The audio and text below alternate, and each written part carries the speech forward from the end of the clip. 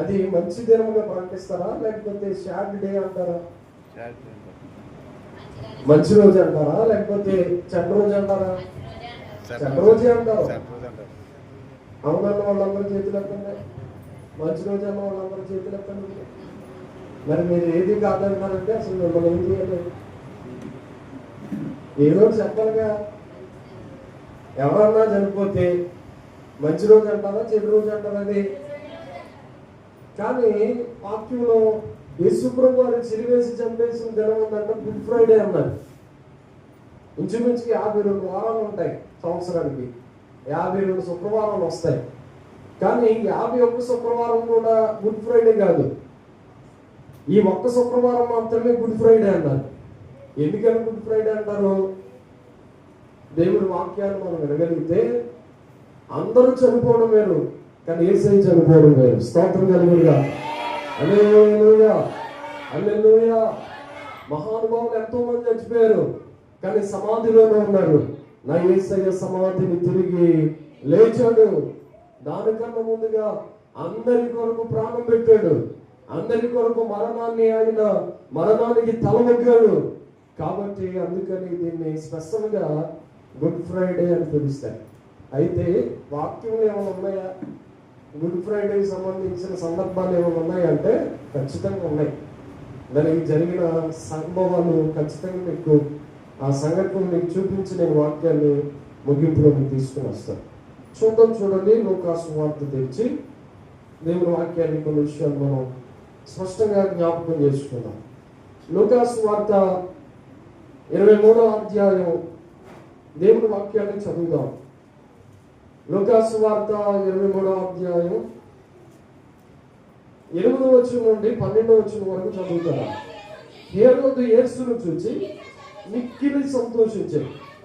ఆయనను గురించి చాలా సంగతులు విన్నందున ఆయన ఏదైనాను ఒక సూచక క్రియ చేయగా చూడ నిరీక్షించి బహుకాలము నుండి ఆయనను చూడగోరేను.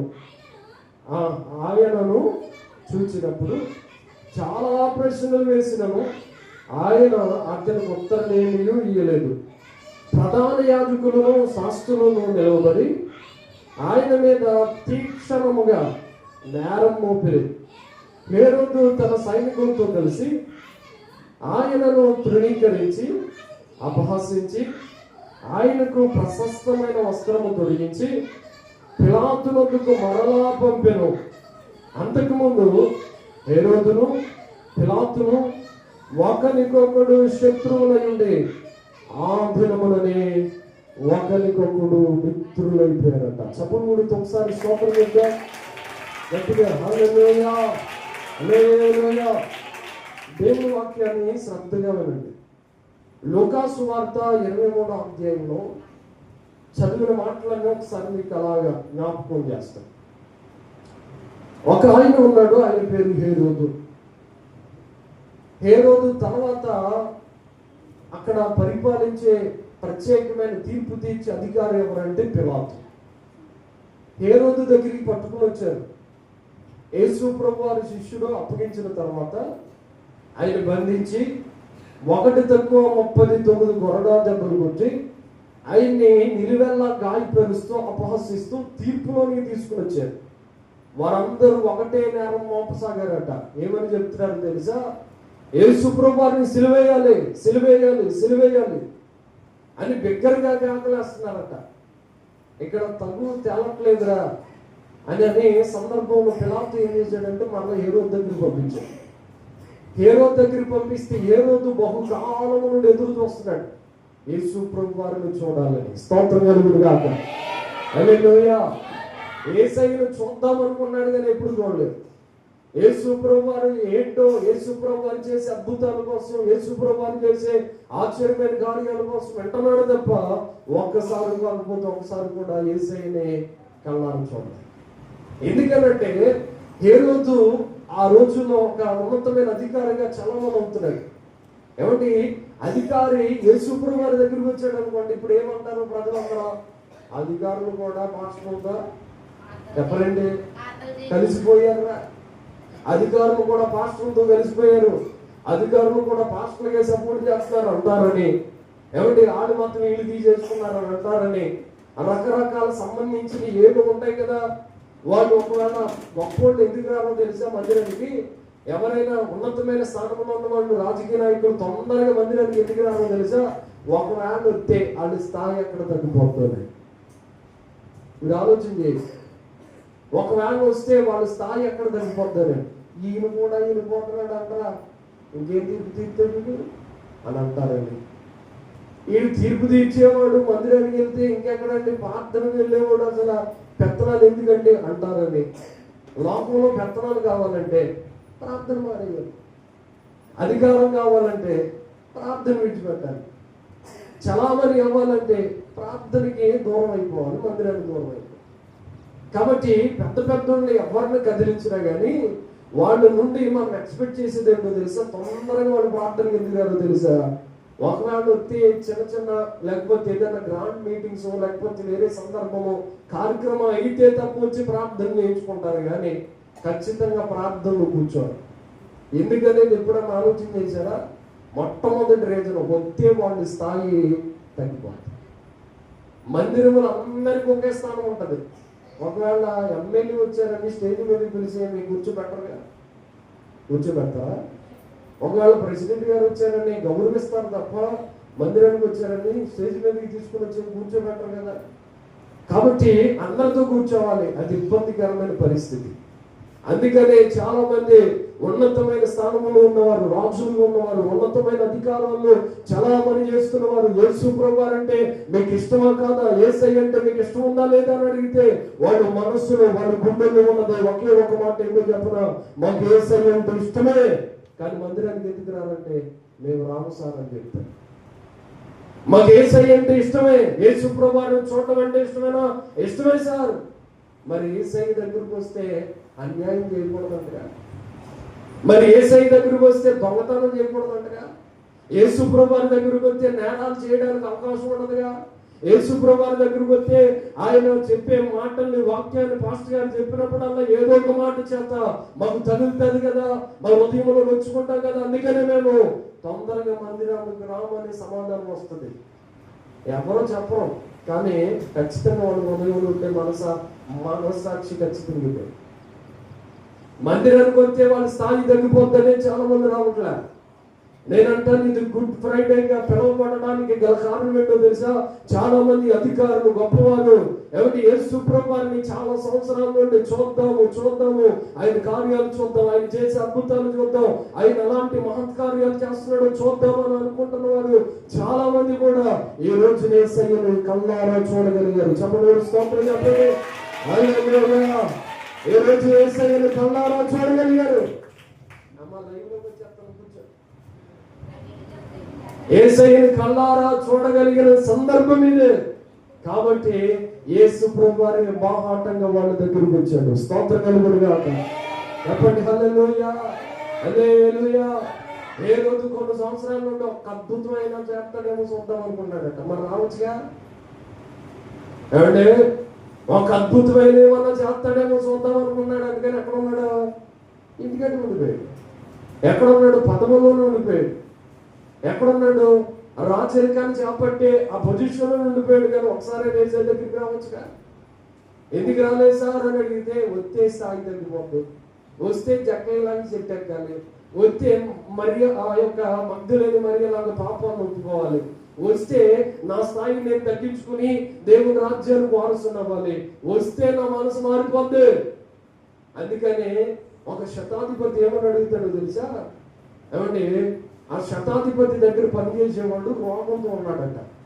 రోగంతో ఉన్నప్పుడు తండ్రి యేసు ప్రభువా ఒక్క మాట చదివి వెంటనే యేసయ్య నీ ఇంటికి నేను కూడా వస్తాడు అని అనగానే అక్కడ ఏమని భయపడుతుందో తెలుసా? ఒక్క మాట మాత్రము చదువు, నా దాసుడు స్వస్థపడతాడు, నాకు విశ్వాసం ఉంది అని చెప్పాడంట. కానీ అయ్యా నువ్వే వస్తానంటున్నావు కదా, నా ఇంట్లోకి రాయ్యా, నా దగ్గరికి రాయ్యా, నువ్వు రావడం నాకు ఆశీర్వాదం అయ్యా అని అనుకుని భావించలేదట.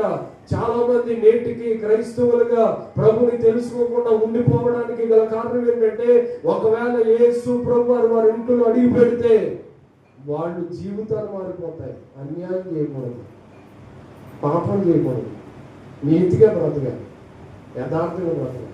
ఇది చాలా కష్టమైన పని. కనుకనే నేను యేసు ప్రభువు వారిని చూద్దామని ఆశ అయితే ఉంది, కానీ యేసయ్య దగ్గరికి రాను అని తేల్చి చెప్పేస్తున్నారు. ఈరోజు ఒక మంచి సందేశం ఏంటంటే, యేసు ప్రభువు వారిని చూద్దాము అనుకుంటున్న ఈయన రాలేకపోయాడు, కానీ యేసయ్య ఆయన దగ్గరికి వచ్చేసాడు. చెప్పండి, స్తోత్రం చెప్పండి.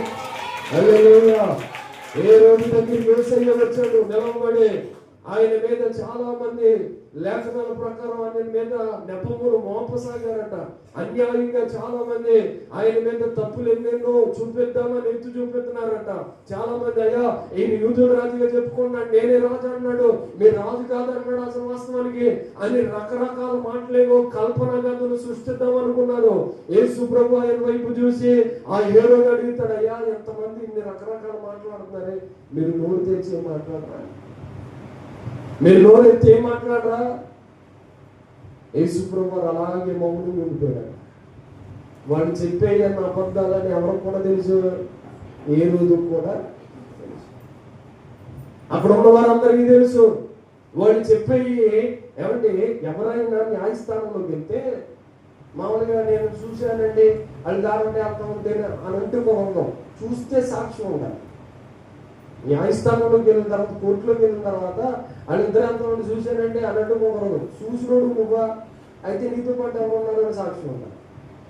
సాక్ష్యం రుజువు అవ్వాలన్నమాట. కోర్టులో ఉన్న ఆ సబ్జెక్ట్ ప్రకారం, రాజ్యాంగం ప్రకారం రుజువు అవుతే తప్ప నేరారోపణ ప్రకారం ఎవరికి శిక్ష పడదు. నేరం ఎవడైనా ఆరోపించవచ్చు, తప్పు ఎవడైనా చేశాడని చెప్పవచ్చు, కానీ చేసినప్పుడు స్పష్టంగా చూచి అది పలానోడు చూశాడండి, దానికి ఈడే సాక్షి అని చెప్పగలగా. అప్పుడు చెప్పినప్పుడే ఆ ఎదుటి వ్యక్తికి ఏమవుతుంది, శిక్ష పడుతుంది. స్తోత్రం కలుగునుగా. హల్లెలూయా, హల్లెలూయా. దొంగతనం చేశాడు అనుకుందాం, మన ఇంట్లో దొంగతనం చేశాడు సార్, మరి డబ్బు ఎంత ఎత్తుకెళ్ళిపోయాడు చెప్పాలి, బంగారం ఎంత ఎత్తుకెళ్ళిపోయాడు చెప్పాలి, ఆ లాకులు ఎలా బద్దలు కొట్టి చెప్పాలి, బద్దలు కొట్టి అసలు ఎలా వెళ్ళాడు చెప్పాలి. ఏమంటే అవన్నీ చెప్పాలంటే నేరం ఆరోపిస్తే సరిపోదు, నేరం నిర్ధారణలోకి రుజువు చేయబడాలి, దాన్ని రుజువు అంటారు. కాబట్టి రుజువు చేయబడితే తప్ప నేరస్తుడు నేరాన్ని ఖచ్చితంగా చేసినట్లు కాదు. యేసు ప్రభువు వారి మీద కూడా చాలా మంది నెపాలు మోపారు, అంటే తప్పుడు సాక్ష్యాలు చెప్పడానికి ఇష్టపడ్డారు. చాలా మంది యేసు ప్రభువు వారు ఎలా చేశాడంటే అలా చేశాడంటే అని చెప్తున్నారు, కానీ ఒకడు కాకపోతే ఒకడైనా మేము చేసినప్పుడు ఉన్నామండి అని చెప్పేవాడు భూమి మీద ఎవడో కూడా లేడు. అందుకని యేసయ్య అంటాడు పిలాతు దగ్గర, నాలో పాపం ఉన్నదని వీడు ఎవడైనా స్థాపించగలరా? నాలో దోషం చేశానండి, నేరం చేశానండి మీలో ఎవడన్నా చెప్పగలడంటే ఎవడం కూడా మాట్లాడలేకపోయారు. ఈ గుడ్ ఫ్రైడే సందర్భంగా అసలు గుడ్ ఫ్రైడే అవ్వడానికి గల కారణం చెప్తున్నాడు కదండి. ఆ రోజు వరకు చూద్దాం యేసయ్యని ఆశపడిన వ్యక్తి దగ్గరికి యేసయ్య వచ్చాడు కనుక ఇది గుడ్ ఫ్రైడే అయింది. స్తోత్రం కలుగునుగాక. హల్లెలూయా. రెండవ మాట కూడా అక్కడే రాయబడ్డది. ఏమన్నా తెలుసా, అప్పటి వరకు పిలాతుకి హేరోదికి మాట్లాడలేవంట. పిలాతు గారికి హేరోది గారికి గొడవలో మాట్లాడలేదు, అసలు మాట్లాడుకోవడం. ఈ రాజు ఆ రాజుకి, ఈయనకి ఆయనకి, ఏమంటే ప్రధాన యాజకుడికి రాజుగారికి అస్సలు ఒకరంటే ఒకరు పొత్తులు, ఒక పార్టీ వెళ్ళి ఇంకో పార్టీ వీళ్ళు వేరు, ఏమంటే రకరకాల విభేదాలు అన్ని ఉన్నప్పటికీ కూడా మీరు వింటున్నారో లేదో తలపైకి ఇచ్చారు. కాబట్టి ఒకరికొకరు పడని పరిస్థితిలో యేసు ప్రభు ఎప్పుడైతే వాళ్ళిద్దరి దగ్గరికి ఒకరి దగ్గరికి వెళ్ళిన తర్వాత ఇది తీర్పు సెట్ అవ్వట్లేదని మరలా పిలాతు దగ్గరికి వెళ్తే హేరోదు దగ్గరికి ఎలాగ అటు ఇటు 3 సార్లు 4 సార్లు మార్చడాన్ని బట్టి వాళ్ళిద్దరూ ఒక్కసారిగా ఆ రోజు మిత్రులు అయిపోయారట. స్తోత్రం కలుగునుగాక. హల్లెలూయా. శత్రువులుగా ఉన్న వారిని సైతం మిత్రులుగా చేసే శుభ సందర్భమే ఇది, శుభ శుక్రవారం. స్తోత్రం కలుగునుగాక. హల్లెలూయా, హల్లెలూయా. ఇంకేమవుతా శత్రుత్వం ఉందా? అయితే మనం మిత్రులుగా అమ్మా వయసులేడమ్మా, అమ్మ క్షమించమ్మా, ఎవరికి క్షమించండి అయ్యా క్షమించండి అని అడగడమే నిజమైన శుభ శుక్రవారం. 4 మందిరానికి వెళ్ళిపోయి 3 గంటల దాకా ఆరాధన చేసి 6 గంటల దాకా ఏమంటే పెరిసి నీళ్ళని తాగేసి ఇంటికి వెళ్ళిపోయిన తర్వాత అందరితో గొడవ పెట్టేసుకుని శుభ శుక్రవారం బాగా జరిగిందా? బాగా జరిగింది. ఇప్పుడు ఫైటింగ్ రెడీగా ఉన్నానంటే అది శుభ శుక్రవారం అవ్వదు.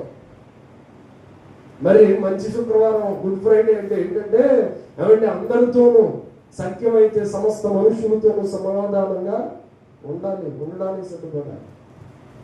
మనకెందుకు సమస్తాన్ని దేవుడు చూసుకుంటాడు.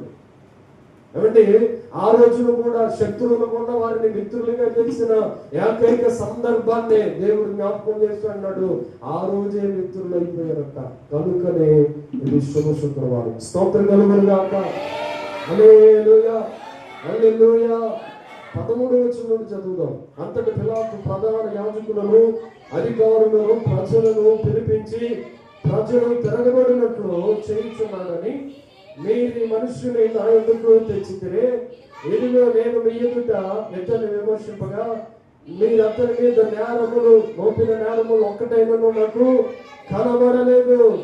ఏ రోజు కూడా కనబడలేదు. ఏ రోజు అతని మామయ్యకు తిరిగి పంపాను కనుక ఇదిగో మరణములకు తగిన ఇదేదియో ఇతడు చేయలేడు. స్తోత్రం కలుగును గాక. హల్లెలూయా, హల్లెలూయా. ఏమంటే యేసు ప్రభువు వారు చేశాడు కనుక శిక్ష పడలేదు ఆయనకి. అసలు ఏ పాపం లేదు కాబట్టి శిక్షించబడ్డాడు. ఏమంటే యేసు ప్రభువు వారిలో ఏ దోషము తేలలేదట, రుజువుపరచబడలేదట. పిలాతు చెప్తున్నాడు, హేరోదు చెప్తున్నాడు, వీళ్ళు పాపం ఏమి మాకే కనబడలేదు. మీరందరూ యేసు ప్రభువు వారిని సిలువేయమని కేకలేస్తారేంటి? మీరందరూ యేసయ్యని సిలువేయమంటారేంటి? యేసు ప్రభువు వారిలో ఒక్క దోషమైనను కూడా కనబడలేదు.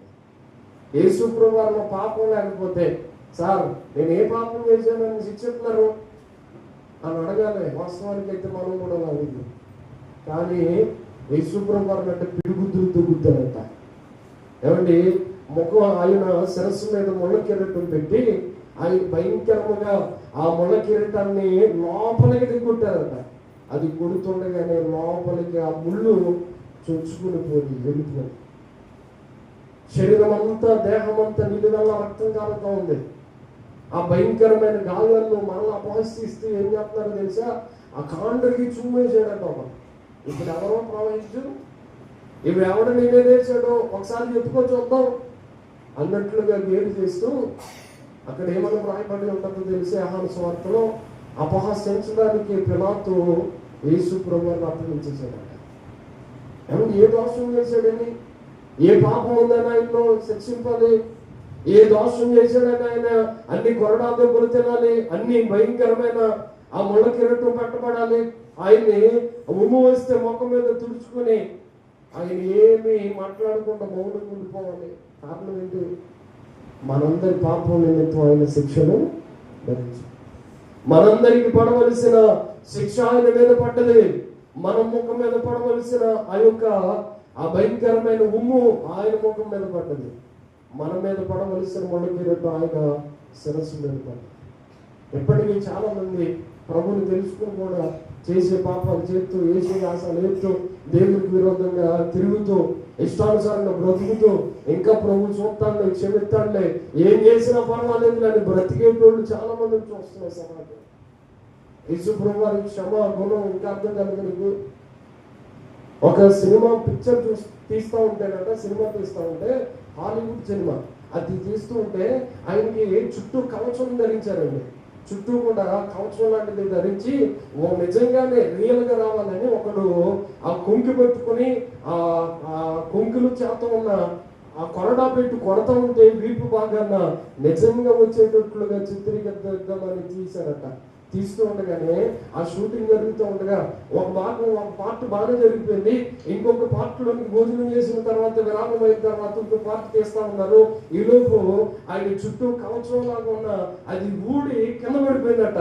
ఒక్కసారిగా కొరడాతో కొట్టేవాడు ఒక్క దెబ్బ కొట్టి ఇలాగా లాగగానే వాస్తవానికి ఆయన చుట్టూ కవచం లాగా ఆ షీల్డ్ ఉంటది.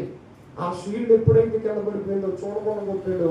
ఒక్క దెబ్బ బలంగా కొట్టగానే నిజంగా లోపల కంటే వీళ్ళు కళ్ళు ఊడిపడిపోయిందట. ఊడిపడిపోతే ఆయన శ్రోతకు పడిపోయాడు హీరో గారు.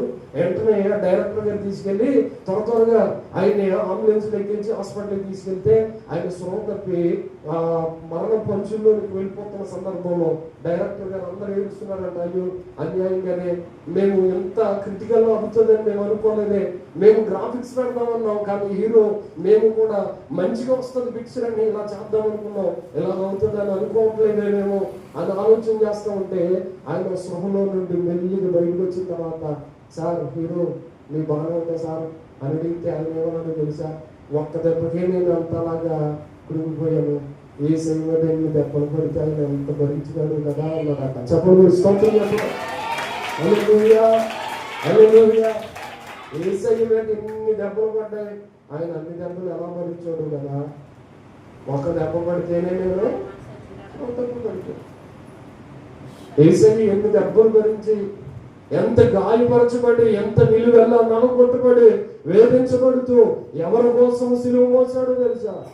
ఆయన సిలువ బరువు ఇంచుమించుగా 516 కేజీలు బరువు అయిన సిలువ కొయ్యను ఆయనకి ఎత్తపడ్డది.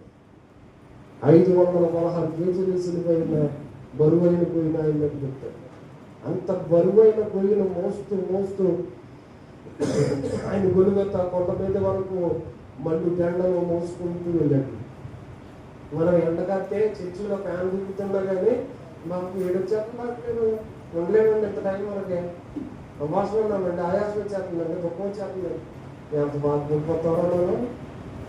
కానీ యేసయ్య ఆ 3 మేకుల మీద ఏమండి ఉదయకాలమే 9 గంటలకు సిలువ వేస్తే 8 గంటలకు అప్పగించారు. 8 గంటలుగా మీరు కొడతానే ఉన్నారు, వేధిస్తూనే ఉన్నారు, గాయపరుస్తూనే ఉన్నారు, నొప్పిస్తూనే ఉన్నారు.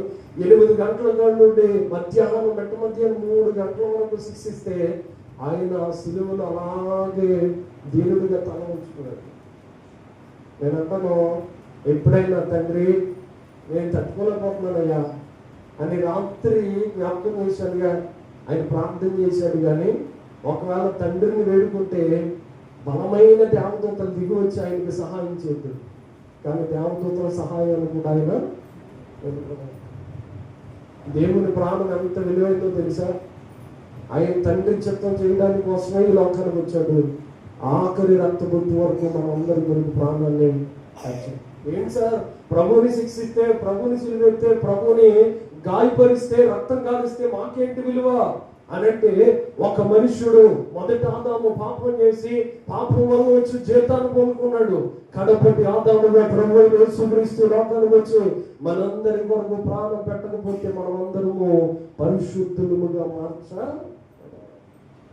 హెబ్రీయులకు రాసిన పత్రిక 10వ అధ్యాయం 4వ వచనం నుండి కిందకు రాయబడి ఉంటది, ఎడ్ల యొక్క మేకపిల్లల యొక్క రక్తము పాపము నుండి పరిశుద్ధులుగా మార్చలేదు కానీ యేసు రక్తము పరిశుద్ధులుగా మార్చగలదు. చమడులతో స్తోత్రం చెప్పండి ఒకసారి. హల్లెలూయా. యేసయ్య రక్తం మాత్రమే పరిశుద్ధులుగా చేయగలదు. కనుకనే యేసయ్య లోకానికి మనందరి కొరకు ప్రాణం పెట్టడానికి వచ్చింది. మీకు ఆ వాల్యూ విలువ తెలిస్తే ఎప్పటికీ నువ్వు దేవుని మందిరంలో ఉండిపోతావు, దేవుని మందిరం కోసం ప్రయాసపడతావు. ఒక మాటను చదువుతారా? పేతురు రాసిన మొదటి పత్రిక 1వ అధ్యాయం 8, 18, 19 వచనాలు చదువుతాం. ఒక మాటను పేతురు రాసిన మొదటి పత్రిక 1వ అధ్యాయం 18, 19 వచనాలు. పితృపారంపర్యమైన మీ ప్రవర్తనను, వ్యర్థ ప్రవర్తనను విడిచిపెట్టినట్లుగా వెండి బంగారముల వంటి క్షయ వస్తువుల చేత మీరు విమోచింపబడలేదు గాని అమూల్యమైన రక్తము చేత, అనగా నిర్దోషమును నిష్కలంకమును గొర్రె పిల్ల వంటి క్రీస్తు రక్తము చేత విమోచింపబడితేనే మీరు ఎరుగుదురు కదా. ఏ రక్తము చేత విమోచించబడ్డాం? పితృపారంపర్య ఆచారాలంటే మనం పితృలు చేసిన పాపాలన్నీ మనం మోసుకుంటూ వచ్చాం. మనలో అదే వ్యర్థమైన ప్రవర్తన మనం కూడా చేస్తాం. ఏమండి, అదే వ్యర్థమైన ఆలోచన మనకు మన జీవితంలో కూడా ఉన్నాయి. అయితే యేసు ప్రభువు వారే ఆయన నిష్కలంకమైన, ఆయన వెండి బంగారముల చేత మనల్ని విమోచించలేదట. దేని చేత విమోచించాడో తెలుసా? అమూల్యమైన యేసు రక్తము చేత.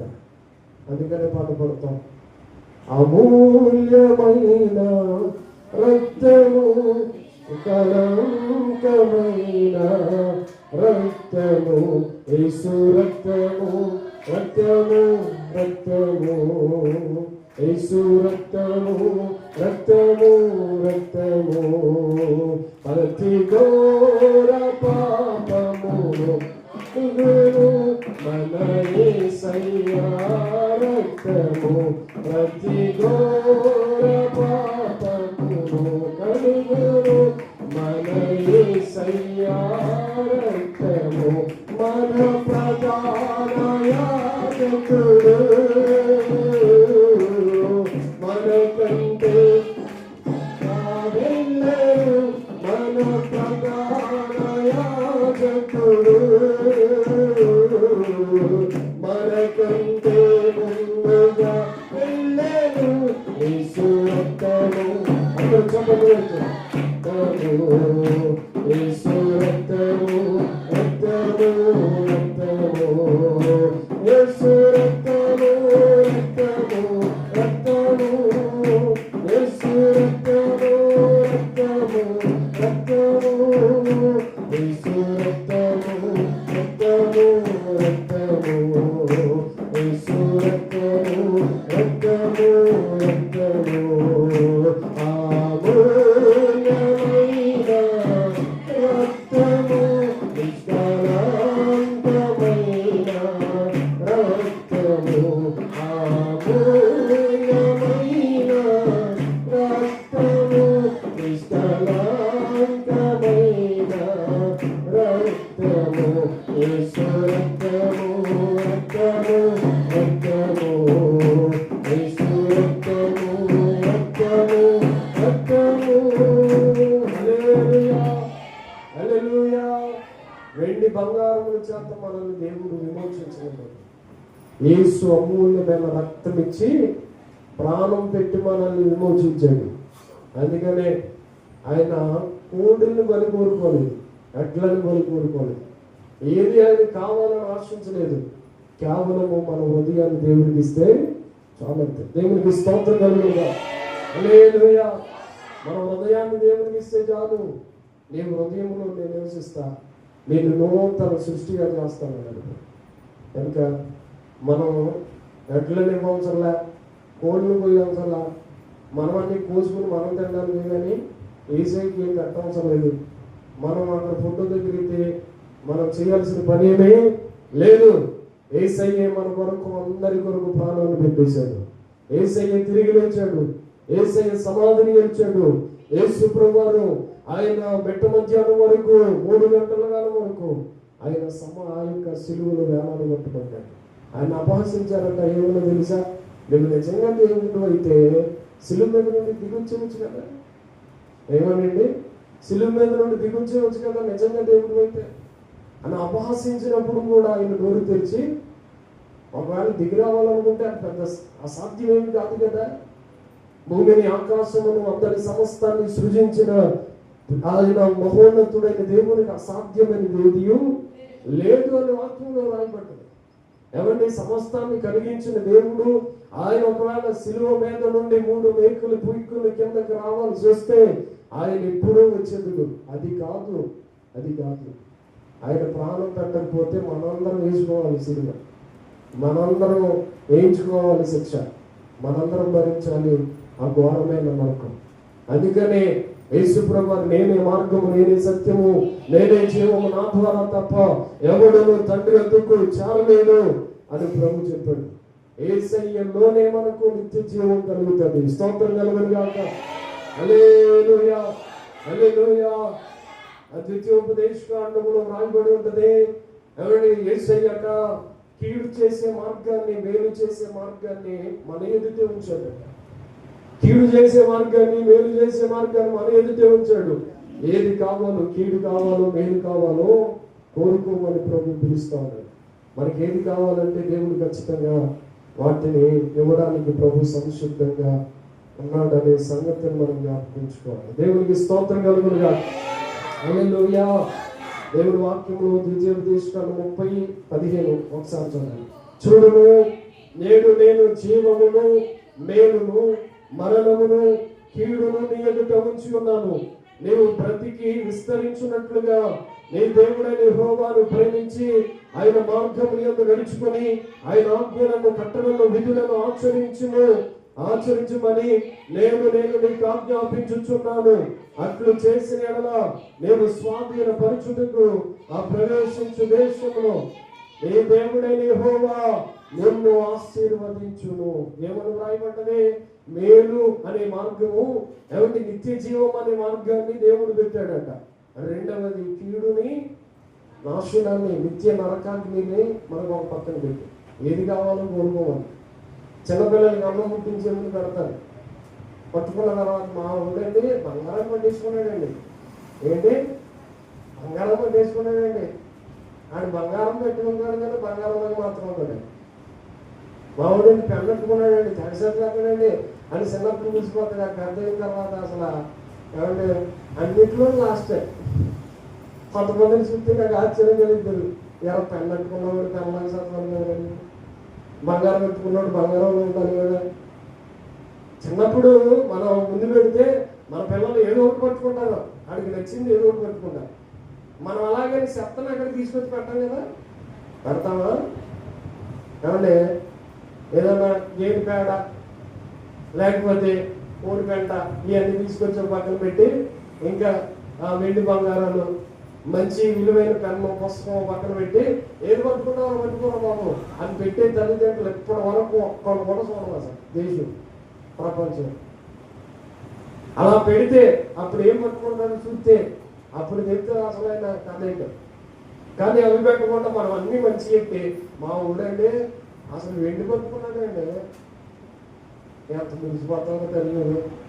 కానీ దేవుడి వాక్యం అంటే ఏంటో తెలుసా? వాడికి పెట్టడం కాదు, దేవుడే మనకు పెట్టాడు, దేవుడే మనకు ముందుంచాడు. వెండి నిత్య జీవము, పరలోకము, పరిశుద్ధమైన మార్గాన్ని, ఏమంటే ఆశీర్వాదకరమైన జీవితాన్ని పక్కన పెట్టి శాపాన్ని, నిత్య నరకాగ్ని, ఏమంటే భయంకరమైన శబితమైన జీవితాన్ని పక్కన పెట్టి ఏది కావాలో కోరుకోరా బాబు అంటే చాలా మంది కోరుకునేది ఏంటో తెలుసా? నాకు విశాలమైన ఏం కావాలన్నారంటే విశాలమైన మార్గమే కావాలి. మీరు మర్చిపోతున్నారు. ఇది ఆశీర్వాదకరమైనదేమో ఇరుకు మార్గము, విశాలత కలిగించే మార్గమేమో శాపాగ్ని లేకపోతే దేవుని యొక్క ఉగ్రతను కలిగించే మార్గం అని వాక్యంలో రాదు. మనకి శాపం కావాలనుకున్న విశాలమైన దాంట్లో చెప్పడం ఏమంటే ఏ విశాలమైన మార్గాన్ని మనం అవునా కదా దేని కోరుకున్నారు ఈరోజు ప్రజలు? విశాలమైన మార్గమే. హ్యాపీగా ఉండాలి, జాలీగా ఉండాలి, ఎంజాయ్ చేయాలి, అన్ని తాగాలి, అన్ని జరగాలి, అందరూ తిరుగుతున్నారు, అందరూ చేస్తున్నారు, మేము కూడా చేయాలి. నాశనానికి వెళ్ళిపోతాం. గుర్తు పెట్టుకో, ఈ జీవితం పాడైపోద్దని దేవుడు దాన్ని వద్దని చెప్తున్నాడు. ముందుగానే వెళ్ళొద్దని ఆప్ చేస్తున్నాడు. అయినా నా ఇష్టం అంటావా? సరే నీ ఇష్టం. దేవుడేమి బలవంతం మాత్రం చేయడు. దేవుడు చెబుతాడు ఏది కీడో ఏది మేలో. కానీ అంతే మాత్రం చెప్పిన తర్వాత విని ఆగిపోతే మంచిది, వినకుండా నా ఇష్టం అంటావా? నీ ఇష్ట ప్రకారంగా చేయి, నాశనానికి వెళ్ళిపోతానంటే వెళ్ళిపో. కాదయ్యా, ఇరుకు మార్గంలో ప్రవేశించుకుంటారంట చాలా మంది. కానీ దానిలో కొందరే ఏమన్నా ఏంటంటే మీరు వాక్యం చదవట్లేదు అనుకుంటే అందుకని గుర్తురాట్లేదు. ఇరుకు మార్గంలో చాలా మంది ప్రవేశింప చూస్తారట, కానీ దానిలో కొందరు మాత్రమే నిలబడతారట, అందరూ దానిలో నిలబడలేరట. ఏమిటి? ఇరుకునందు దేవుడు ఒక రోజున విశాలమైన మార్గాన్ని మనకి ఇస్తాడు. స్తోత్రం కలుగునుగా. హల్లెలూయా, హల్లెలూయా. ఏమంటే నా తల్లిదండ్రులు, నేను చిన్నప్పటి నుండి ఇదే ప్రాంతంలో ఇలాగే పెరిగాను కాబట్టి ఎప్పుడైనా అనుకుంటాను ఏంటి బాగా రిస్ట్రిక్షన్స్, బాగా ఇబ్బందికరం, ఇలాగా పిల్లలకి టీవీ వద్దంటారు, సినిమాలు వద్దంటారు, ఇంకా లోకంలో జరగొద్దు అంటారు, అందరిలో ఉండొద్దు అంటారు, యథార్థంగా ఉండమంటారు, ప్రార్థన చేసుకోమంటారు. ఇవన్నీ చిన్నప్పటి నుండి మనకి ఎంత కోపం తెప్పిస్తాయంటే ఒక్కొక్కసారి చిచ్చి ఎందుకు అందరిలో తిరిగొచ్చి ఎంత బాగుంటుంది అని అనిపిస్తుందా అనిపించదా? అనిపించదా? మాట్లాడాలి అనిపిస్తుందా లేదా? మా నడవకు చూసింది, దాని గురించి చూడండి, పిల్లలు చూడండి, చిన్నప్పటి నుండి ప్రార్థన రారా, వాక్యం చదవరా అని అంటే ఎంత కోపం వచ్చేద్దాం. గోళీలు అనుకోరా, అరే ఏదో ఒక 100 రూపాయలు కావాలంటే నేను ఇస్తా అని అన్నాం అనుకోండి, ఎంతోసారి వచ్చేద్దాం అని. ఆడికి ఆ లైఫ్ చాలా అద్భుతంగా, చాలా ఎంజాయ్గా ఉంటుంది. కానీ మనకి తెలుసు గోళీలు ఆడుతూ ఆడుతూ ఉన్నాడంటే ఒక రోజు నాశనం అయిపోతాడు. అడు ఏమాత్రం చదువు మీద దృష్టి పెట్టలేదు.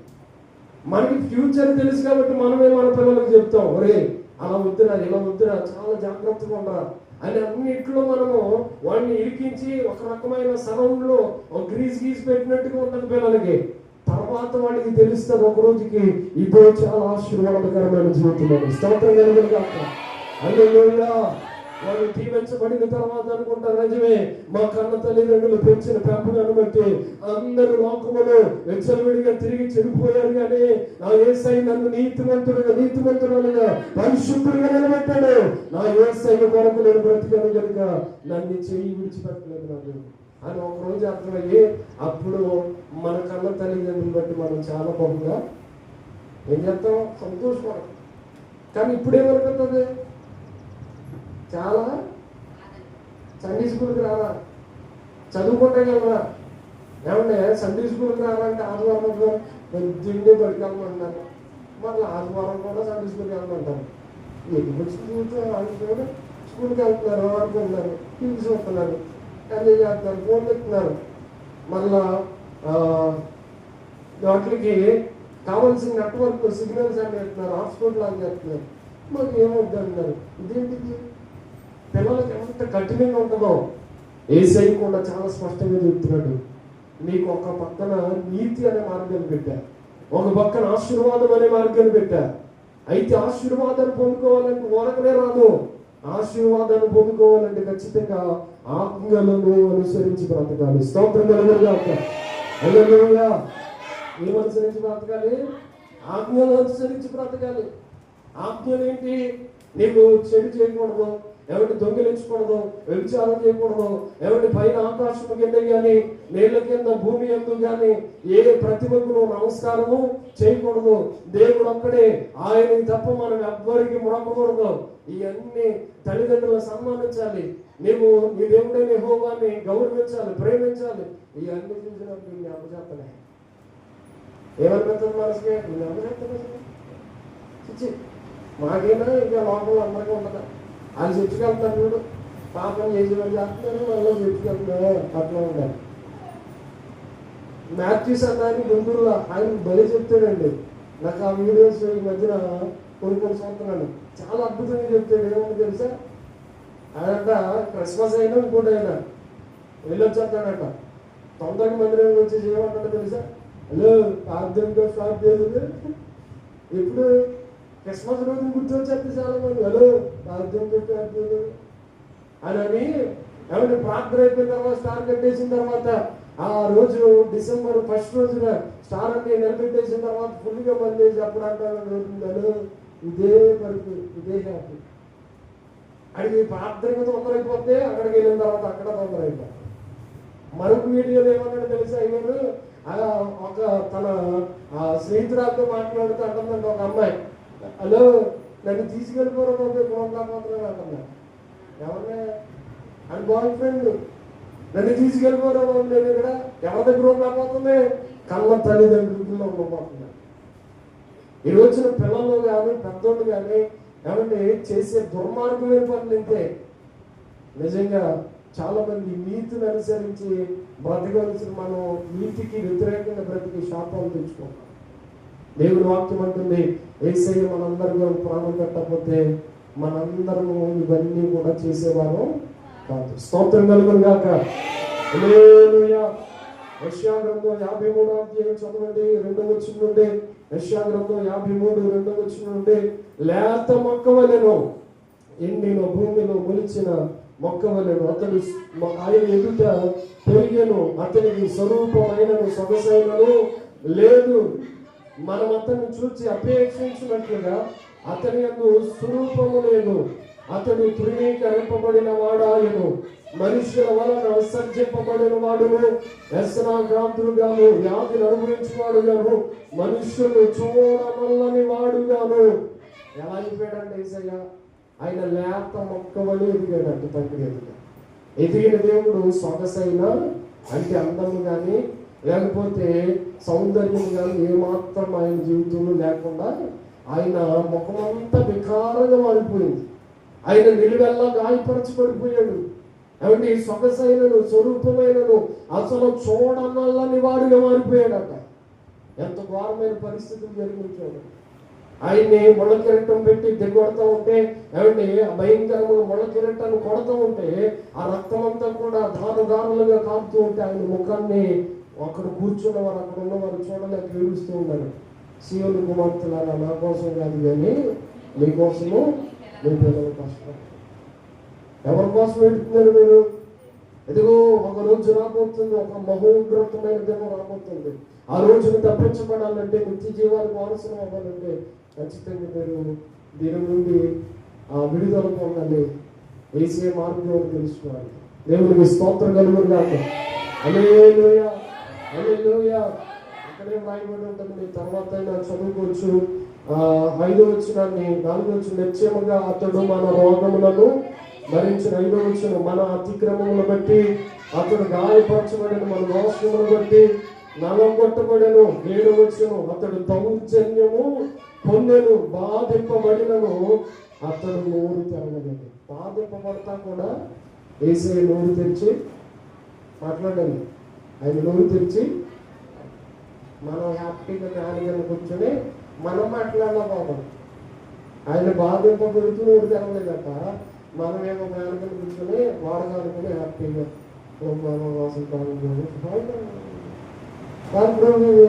అనుకుంటే హ్యాపీగా శాంతివతం. దేవునికి స్తోత్రం చెప్పండి. హల్లెలూయా. నిద్రపోయే వాళ్ళందరూ స్తోత్రం చెప్పండి. హల్లెలూయా. హల్లెలూయా. కాబట్టి అంటే యేసయ్య అవమానపరచబడుతూ కూడా చెబుతారు. మన మీద లేనిపోయిన మాటలు చెప్తే మనం ఎంత కోపం వచ్చేద్దో కరెక్టే. మనిషిగా మనకి అన్ని కోపాలు, ఉద్రేకాలు మన జీవితంలో ఉంటాయి. కానీ యేసయ్య అంటున్నాడు, ఆయన మన కొరకు శిక్ష విధించబడుతూ కూడా ఎవరి దగ్గర మీరు తెచ్చి మాట్లాడాలి. ఆయన నిలువెల్లా గాయపరచబడ్డాడు, కొరడాలు కొట్టబడ్డాయి. ఏమండి ఆయన వీపు నాగడి చాలా మంది దొంగబడిపోయింది. ఆయన భయంకరమైన వ్యాధి ఉందాడు. అయినప్పటికీ ఆయన నోరు తెరిచి మాట్లాడాలి. ఆయనకి తెలుసు ఆయనకి అన్యాయపు తీర్పు వేస్తున్నారని, శిక్ష భరించాలని, వ్యాధిని అనుభవించాలని, ఆయన భయంకరంగా ఆ మేకుల మీద వేలాడగొట్టబడాలని. ఆ పరిస్థితి అంతా కూడా తెలిసి ఆయన అన్నిటికీ మౌనం ఉండిపోయాడు. మాకు వాళ్ళు నోరు తెరిచి మాట్లాడితే నేను అనుకుంటాను, పిలాతు మరలా అడుగుతాడు. పిలాతు ఏమంటాడు తెలుసా? అయ్యా నువ్వు యూదుల రాజువా, మీరు అందరూ అంటున్నారు, నువ్వు నోరు తెరిచి మాట్లాడంటే అని అనగానే ఆయన చాలా, నేను ఒకవేళ నేను రక్షించాలంటే, కాపాడాలంటే నా వల్ల అవుతుంది, నువ్వేమైనా చెప్పుకోవాలనుకున్నావు నాతో చెప్పుకోని అంటాడు. ఆయన వైపు ఆయన నవ్వుతూ చూస్తూ ఏమంటాడు చూద్దాం. చూడండి, యోహాను సువార్తలో ఉంటుంది ఏ మాట చాలా చక్కగా వ్రాయబడి ఉంటుంది. చూడండి, యోహాను సువార్తలో ఆ మాటను మనం ఒకసారి అలా జ్ఞాపకం చేసుకుందాం. 19వ అధ్యాయం 9వ వచనం.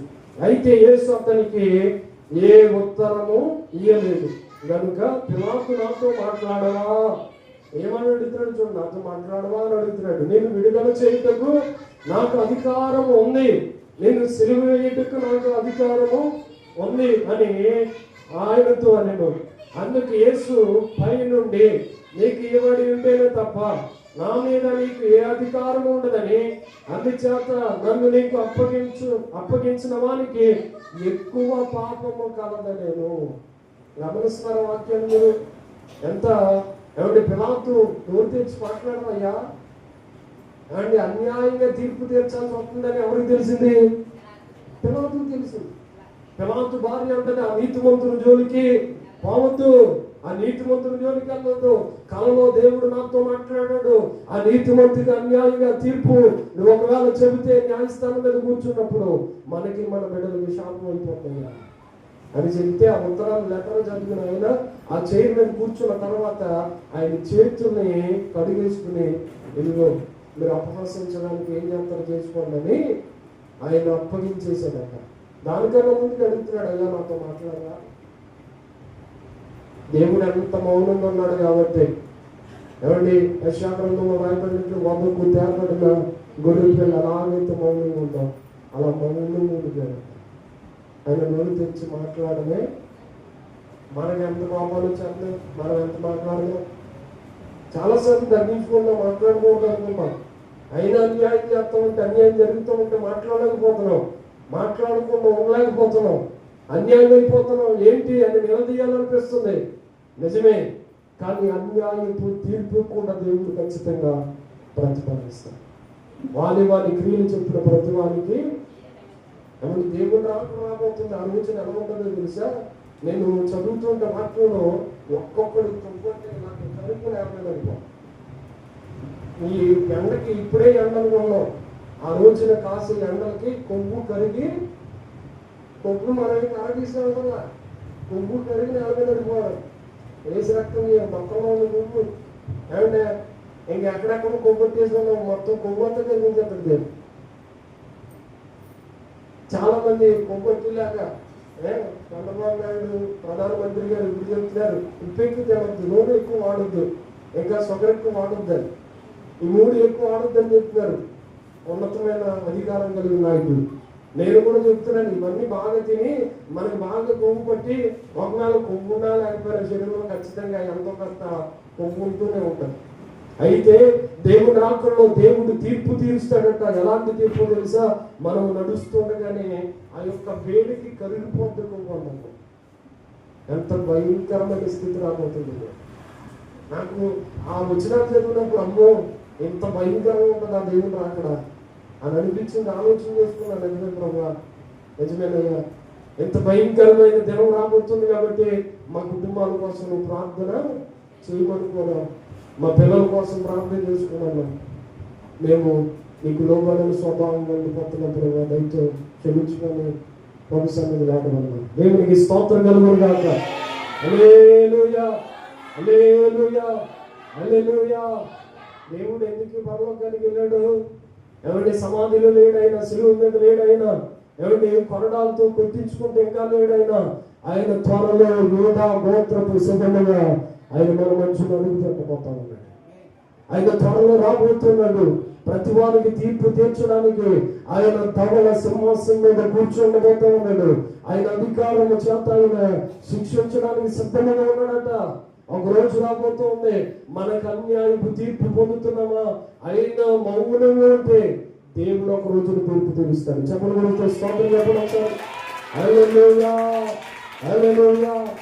ఎక్కడికి వెళ్ళినా న్యాయం జరగకపోయినా యేసయ్య తీర్పు తీర్చబోతా ఉన్నాడు. ఆ రోజున ఆయన కొరడ, ఆయన చాట ఆయన చేతిలో ఉందట.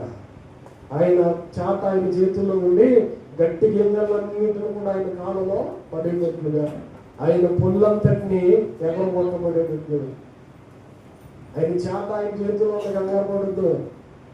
ఓ విర్రవిగిపోతున్నావు, ఓ కలవరానికి గురైపోతున్నావు, బాధపడిపోతున్నావు, ఆందోళన చేసి రెండాలు చేసి దేనికి భయపడాల్సిన పనిలే. ఆయన రాబోతున్నాడు చూద్దాము. ఆ విషయం నీకు అర్థమైతే ఖచ్చితంగా ప్రభావ నేను పాపులు ఆయన నన్ను క్షమించి, ఆ భయంకరమైన దుర్దినం రాకముందే ఆ పరిస్థితులన్నీ మార్చి ప్రభువాన్ని దేవుని సన్నిధిలో అడగాలి. కొవ్వు పట్టిన తిండ్లను తినేసి బాగా పెంచుకుని అసలు మోకరించడానికి కూడా ఈలో ఉండట్లేదా? నేనంటాను మోకరించు, కొవ్వలో కలుగుతుంది. దేవుని స్తోత్రం. హల్లెలూయా, హల్లెలూయా. మోకరించి ఉపవాసం ఉండే అవసరం అయితే ఉపవాసం ఉండు. దేవుడు కరిగితే వ్యతిరేకంగా ఉంటుంది, మనం కరిగించుకోవడం మంచిది. అది సువార్త. దేవునికి స్తోత్రం. హల్లెలూయా. కాబట్టి భోజనాలు వండుతామా? అందరూ తింటారు అనుకోవాలి కదా. మొత్తం ఉండిదంతా నాకు ఒకటి అనుకుంటారు. మొత్తం వేసి మొత్తం వేసి ఇంకా అంత వేసినా కానీ రాని అందరికీ కదా, అందరూ తినాలి కదా. అంటే చాలా మంది చూస్తే తినేస్తాం, మళ్ళీ ఇంటికి మోసుకెళ్ళిపోతాం. మాకు ఆ పిల్లలకి సాయంత్రానికి అది ఎవరు మోసుకెళ్ళమన్నాడు మిమ్మల్ని? భోజనం ఎవరికి? అందరికి. అందరూ తిన్న తర్వాత సంతృప్తి పొందిన తర్వాత అందరూ చక్కగా భోజనం చేసిన తర్వాత మిగులుంటే అన్నీ అయిపోయిన తర్వాత డెక్షన్కి అడిగిన తర్వాత అప్పుడు మిగులుంటే పట్టుకెళ్ళడం మాది. అలా కాదండి, వేసే మొత్తం వేసాను. అలాగా కొవ్వు పట్టే పువ్వు తెలవద్దని చెప్తాను. దేవునికి స్తోత్రం కలిగి. హల్లెలూయా. కొంచెం బాధగా ఉంటే భరించుకోవాలి, తప్పదు. డాక్టర్ గారు ఇంజక్షన్ పోసినప్పుడు నొప్పిగానే ఉంటుంది, కానీ సపోర్ట్ తప్పదు కొన్ని మాటలు. ఏసై కరిగితే ఆ ఎండలో ఇలా పద్ధతులుగా పడిపోతూ ఉంటే చాలా భయంకరంగా ఉంటుంది. ఆ బాధతో మనమే కరిగించేసుకుంది కాదు. స్తోత్రం చెప్పండి. హల్లెలూయా, హల్లెలూయా, హల్లెలూయా. కాస్త తిండి తగ్గించండి, నూరు కట్టుకోండి, గొంతుకి కత్తి పెట్టుకోండి, ఆపు చేయండి. తిండి చాలా పెరిగిపోతుంది, అసలు విపరీతమైన తిండి తినేస్తాం. ఎన్ని కోళ్ళు తినేసామో, ఎన్ని మేకలు తినేసామో, ఎన్ని గంటల రైస్ తినేసామో, ఎన్ని తినేసామో అసలు మనకే తెలియదు. కాస్త నోరు కట్టుకుని ఈ 2 రోజులు నేను ఉపవాసం దేవుని సన్నిధికి రావడం ఇదే సువార్త. స్తోత్రం కలుగును గాక. హల్లెలూయా. పోగొట్టుకున్నానయ్యా నీ ఆత్మని, కోల్పోయానయ్యా నీ ఆత్మని, పరిశుద్ధాత్మను పోగొట్టుకున్నానయ్యా. అయ్యా నిజముగా ఇంద్రియ నిగ్రహం కలిగిన ఆత్మను పోగొట్టుకున్నానయ్యా, ఏకాత్మను పోగొట్టుకున్నానయ్యా, పరిశుద్ధాత్మను పోగొట్టుకున్నానయ్యా. అయ్యా యేసయ్యా మమ్మల్ని మరణ ఆత్మతో నింపునాయన, పరిశుద్ధాత్మతో నింపునాయన. ఆత్మ కలిగిన వారముగా నేను నీ పరిచయంలో వాడబడాలి ప్రభు అని కడుపు కట్టుకుంటే ప్రసవ వేదన మొదలయ్యప్పుడు దేవుని సన్నిధి లేవడం జరుగుతాం. కడుపు నిండా తినైతే నెత్తలు తప్పితే ఇంకేమో నెత్త తప్పితే. అందుకనే ఖచ్చితంగా మనం కడుపు కట్టుకుని నూరు కట్టుకుని దేవుని సన్నిధిలో పశ్చాత్తాపం పెడతాయా, నన్ను క్షమించిన. నేను ఈ సంవత్సరం అంతా ఎన్ని పాపాలు చేశాను, ఎన్ని వ్యతిరేకంగా బ్రతికాను. దేవుడు అయినా క్షమించాడు, అయినా బ్రతికించాడు, అయినా కృప చూపించాడు. ఎంతమంది అండి చెప్పండి, ఎంతమంది యాక్సిడెంట్లో తెచ్చుకోలేదు మన ఊళ్ళోనే? ఈ మధ్యన ఈ నెలల వ్యవధిలోనే అసలు లెక్కలేనంత పెట్రోల్ రాకపోయినప్పుడు రాలిపోయారు సార్. అందరిలో నుండి దేవుడు మనం కాపాడాడంటే మన పాపాలు, మన అతిక్రమం ఒప్పుకోకపోలేదు కదా. ఇంకా ఒప్పుకోవడం అని ఇస్కరియోతు యోధాలుగా తిరిగినట్టు ఇష్టం. ఒక రోజున మనమే మన చేతులతో మనం ప్రాణం తీసుకునే సమయం రాకముందే దేవుని సన్నిధిని ఒప్పుకోవాలి. చేతులు జోడించి అడుగుతున్నాడు మిమ్మల్ని, దయతో మీరు ఉపవాసం ఉండడం ఇప్పటికైనా మంచిది, ప్రార్థన చేయడం ఎప్పటికైనా చాలా సరిగ్గా ఉండండి. ఉపవాసం ప్రార్థన చేయండి, దేవుని సన్నిధిలో పెరుగులాడండి. తిండి చాలు. ఒక మనిషి తినకుండా ఎన్ని రోజులు బ్రతకగలడు చెప్పకుండా? 56 రోజులు బ్రతకగలడు తినకుండా. ఒక 60-70 రోజులను బ్రతికేయగలడు తినకుండా. 2 రోజులు బ్రతకలేమో, బ్రతుకుతాం. దేవుని సన్నిధిలో ఉపవాసం నుండి కన్నీరు గార్చి పాపాన్ని ఒప్పుకొని ఎంతకాలం చేసాం, చాలు ఇక ఆపేద్దాం.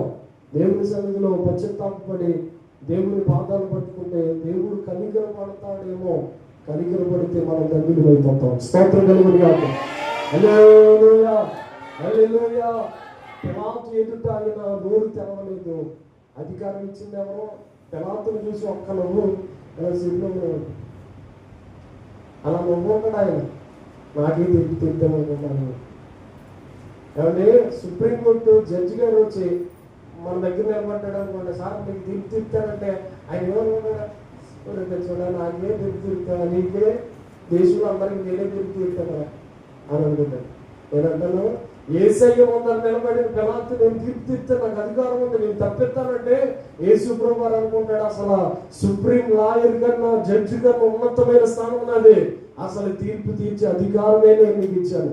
నేను ఇవ్వకపోతే నీ దగ్గర అధికారం ఎక్కడ? నేను అధికారం ఇచ్చాను కాబట్టి ఆ స్థానంలో ఉన్నావు నువ్వు. కనుక అసలు నేనే ఒక రోజు రాబోతుంది ప్రపంచానంతటికి తీర్పు తెచ్చిపోతా ఉన్నాను. స్తోత్రం కలుగును గాక. హల్లెలూయా. ప్రపంచంలో ఉన్న ఇప్పటి వరకు చనిపోయిన వారు, ఏమంటే సజీవులుగా ఉన్నవారు, ఇంకా పుట్టబోతున్న వారు అందరికీ యేసయ్య తీర్పు తెచ్చిపోతా ఉన్నాడు. ఆయన తీర్పును నిలబడితే ఆ రోజున మన బయోడేటా అనుభవించండి. వేసిన ప్రతి పాపానికి శిక్ష పడుతుంది. అందుకనే అతిక్రమము దాచిపెట్టివాడు వడ్డెలు కానీ వాటిని ఒప్పుకొని విడిచిపెట్టివాడు కనికరాన్ని పెరుగుతాడు. మరొకసారి చెప్తున్నాను, ఎప్పుడైనా మించిపోయేది ఏం లేదు. ప్రభు రాకడ ఇంకా రాలేదు, అవకాశం ఉంది. దేవుని సన్నిధిలో పడి ప్రభావాన్ని క్షమించమని అడగండి. దేవుడు మనల్ని కనికరిస్తాడు. దేవుడు మనల్ని పరిశుద్ధులుగా నిలబెడతాడు అనే సత్యాన్ని మీకు జ్ఞాపకం చేస్తున్నాను. నేను ముగిస్తాను. ఇక దేవుని వాక్యాన్ని 1-2 మాటలు అలా మీకు జ్ఞాపకం చేసి ఆ వాక్య సందేశాన్ని ముగింపులోకి తీసుకుని వస్తాను. చూడండి, దేవుని వాక్యాన్ని పరిశుద్ధ లేఖనంలో ఒక మాటని మనం చదువుదాం.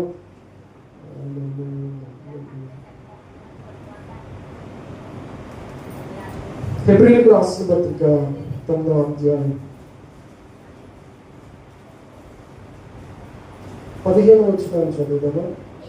ఈ హేతు చేత మొదటి నిబంధన కాలంలో జరిగిన అపరాధముల నుండి విమోచన కలుగుటకే ఆయన మరణమును పొందినందున పిలవబడిన వారు నిత్యమైన స్వాస్థ్యమును గూర్చిన వాగ్దానము పొందు నిమిత్తము ఆయన క్రొత్త నిబంధనకు మధ్యవర్తి అయి ఉన్నాడు. మరణ శాసనం ఎక్కడ ఉండెనో అక్కడ మరణ శాసనము వ్రాసిన వారిని మరణము అవశ్యము.